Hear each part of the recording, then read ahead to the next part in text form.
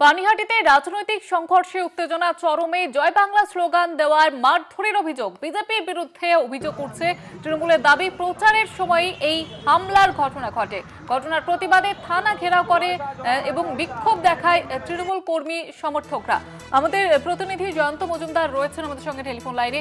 জয়ন্ত, ঠিক কি ঘটনা ঘটেছে? দেখো, যেমনটা ঘটনা ঘটেছে, তৃণমূলের যেমনটা অভিযোগ, পানিহাটি পৌরসভার 32 নম্বর ওয়ার্ডে সেখানে কিন্তু বিজেপি প্রার্থীকে সঙ্গে নিয়ে বিজেপির কর্মী সমর্থকরা প্রচারে যায় এবং তারা সেখানে ক্রমাগত জয় শ্রীরাম স্লোগান দিতে থাকে এবং তৃণমূলের অভিযোগ স্বতঃপ্রণোদিত ভাবে তারা মানুষের উদ্দেশ্যে বলে যে জয় শ্রীরাম স্লোগান দিতে হবে। এবং সেখানে কিন্তু যখন তৃণমূল সমর্থিত মানুষরা আসে, তারা বলে যে আমরা জয় বাংলা বলবো।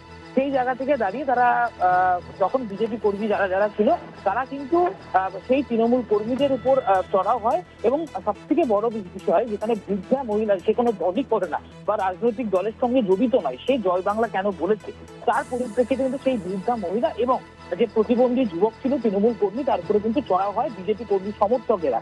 এবং তারপরে সেই তৃণমূল কর্মীকে রাস্তায় ফেলে, যেমনটা তৃণমূলের অভিযোগ, সেই তৃণমূল কর্মীকে রাস্তায় ফেলে বেধড়ক মারধর করে বিজেপি কর্মীরা এবং প্রতিবাদে সোচ্চার হয় তৃণমূল। ভোলা থানার সামনে তারা ঘেরাও করে কিন্তু তারা বিক্ষোভ প্রদর্শন করতে থাকে।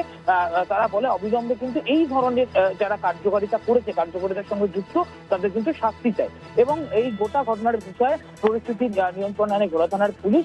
এবং গোটা ঘটনায় এই যে বাজানোবাদ তৈরি হলো, সেটা কিন্তু পানিহাটির পরিস্থিতি বা পানিহাটির রাজনৈতিক মহলে অনেকটাই কিন্তু চাপানোতের উত্তেজনা, মূল যে পরিস্থিতি, সেই পরিস্থিতি কিন্তু সূচনা হয়ে গেল। ধন্যবাদ জয়ন্ত।